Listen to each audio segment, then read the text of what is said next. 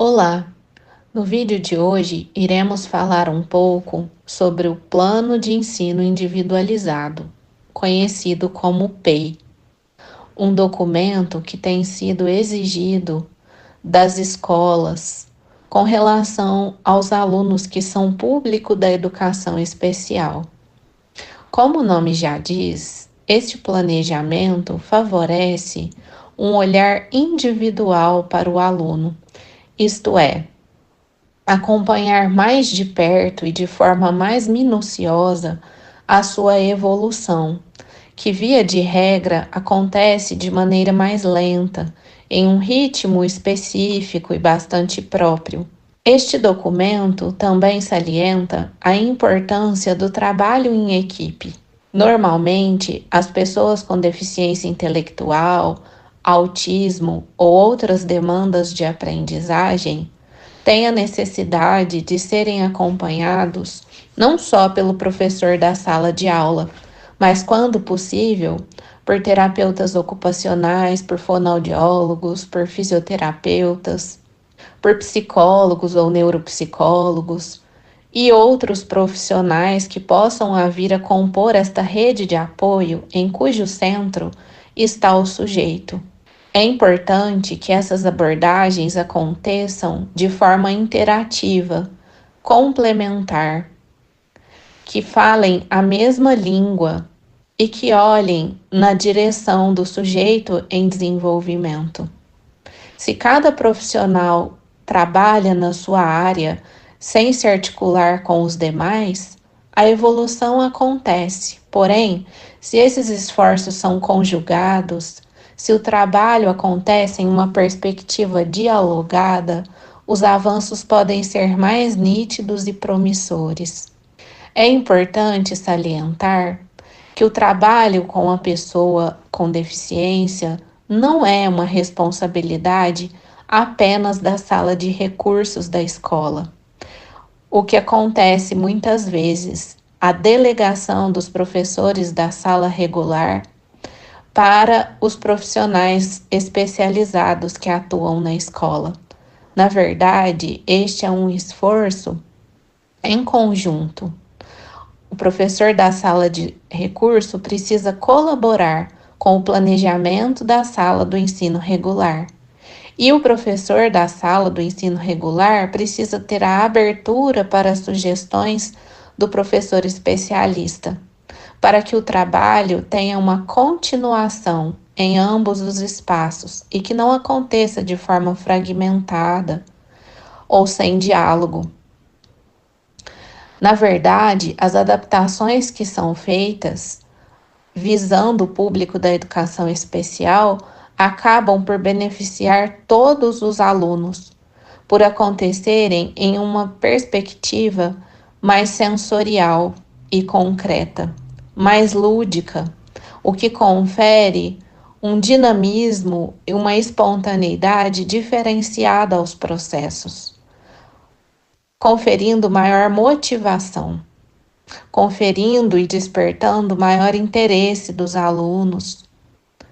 Neste sentido, o PEI possibilita a visualização dos objetivos que o aluno já alcançou, dos conhecimentos que ele já possui, das metas que já conquistou em termos de aprendizagem e qual o passo seguinte que esse aluno tem condições de dar em direção aos conteúdos e aos objetivos programáticos. Sabe aquela história preconizada por Vygotsky da zona de desenvolvimento proximal? Isto é, existe a zona de desenvolvimento real, que é o ponto em que o aluno se encontra. Existe a zona de desenvolvimento proximal, que é o próximo passo que aquele aluno tem competência para dar, que ele já tem habilidades, que ele já tem condições mesmo, efetivas de dar aquele passo.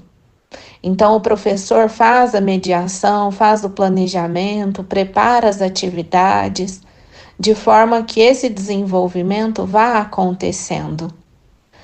para que ele atinja o seu máximo potencial. Então, o PEI permite essa visualização. O que já foi alcançado? O que está próximo de ser alcançado?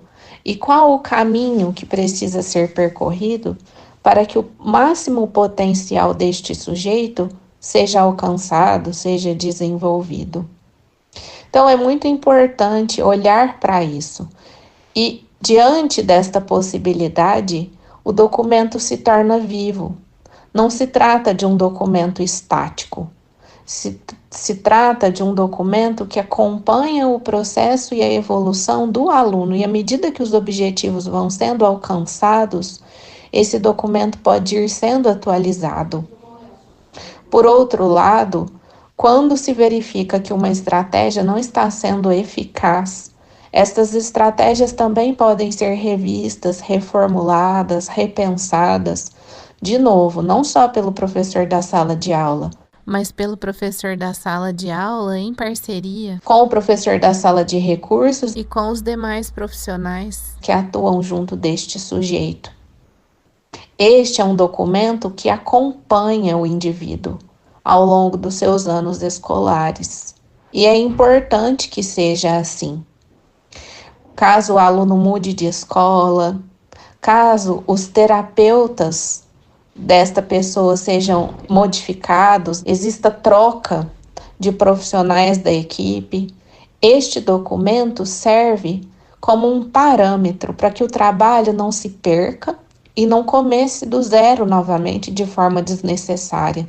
Qualquer pessoa que pega esse documento em suas mãos, desde que bem feito, consegue saber até onde essa pessoa já caminhou e o que falta para ela avançar diante das suas possibilidades.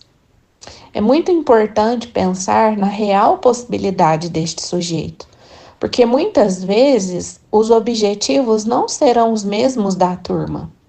Muitas vezes a gente pensa numa série específica, né, no conteúdo previsto para aquela série, nos objetivos que os demais alunos alcançam dentro daquela faixa etária. E às vezes a gente tem a tendência de achar que os objetivos do PEI serão os mesmos. E muitas vezes não. Para a pessoa com deficiência que não segura uma colher para se alimentar sozinho e ele passa a segurar, é um avanço a ser considerado. É um avanço a ser contabilizado no PEI. É o que está dentro do seu universo de desenvolvimento. Uma criança que não senta e passa a sentar, uma criança que não é verbal e passa a apontar a caneca pedindo água, ou passa a fazer o uso do banheiro.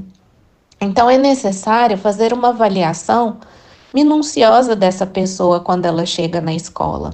Se possível, com a participação da família. Na verdade, é essencial essa participação. Quando a pessoa tem condições cognitivas e verbais, é importante que o próprio sujeito participe desta avaliação, deste processo.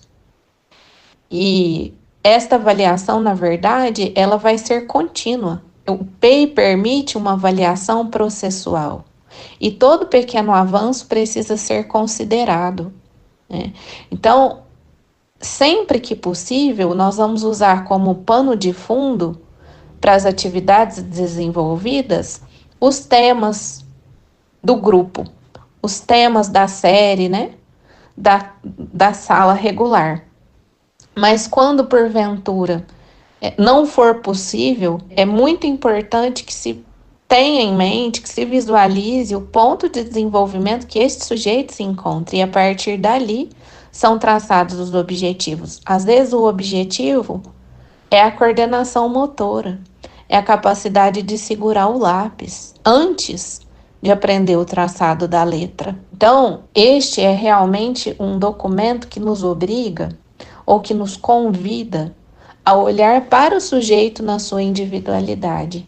Nós ficamos por aqui e damos continuidade nos próximos vídeos com outras abordagens e temas.